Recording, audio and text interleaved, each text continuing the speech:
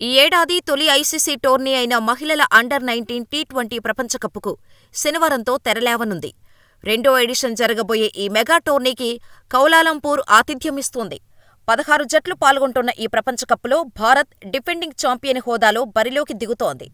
ఈ నెల 18 నుంచి ఫిబ్రవరి 2 దాకా జరగబోయే ఈ టోర్నీలో శనివారం ఆస్ట్రేలియా, స్కాట్లాండ్ మధ్య తొలి మ్యాచ్ జరగనుంది. ఆదివారం వెస్టిండీస్ మ్యాచ్లో భారత్ టైటిల్ నిలబెట్టుకునే వేటను ఆరంభించనుంది. 2023లో జరిగిన తొలి ఐసీసీ అండర్-19 మహిళల ప్రపంచకప్‌ను షఫాలి వర్మ సారథ్యంలోని టీమిండియా సొంతం చేసుకున్న విషయం తెలిసిందే. తాజా ఎడిషన్లో భారత్కు నికీ ప్రసాద్ సారథిగా వ్యవహరిస్తోంది. తెలంగాణ యువ క్రికెటర్లు గొంగడి త్రిష, కేసరి ధృతితో పాటు విశాఖపట్నం అమ్మాయి ఎండీ శబ్నం భారత జట్టులో చోటు దక్కించుకున్నారు.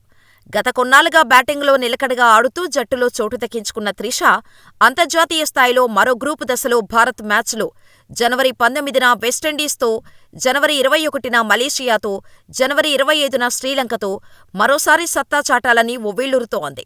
యువ బ్యాటర్లు, బౌలర్లతో సమతూకంగా ఉన్న టీమిండియా టైటిల్ నిలబెట్టుకోవాలనే లక్ష్యంతో బరిలోకి దిగుతోంది. ఇలా 16 జట్లు 4 గ్రూపులుగా విడిపోయి ఆడే ఈ టోర్నీ రౌండ్ రాబిన్ ఫార్మాట్లో జరుగుతోంది. లీగ్ దశలో ఒక్కో గ్రూపు నుంచి టాప్ 9 జట్లు సూపర్ 6 అర్హత సాధిస్తాయి. సూపర్ 6 దశలో ఒక్కో జట్టు ఇతర గ్రూపులోని జట్లతో 2 మ్యాచ్లు ఆడుతుంది. ఈ దశలో టాప్ 2లో నిలిచే 4 జట్లు సెమీస్కు వెళ్తాయి.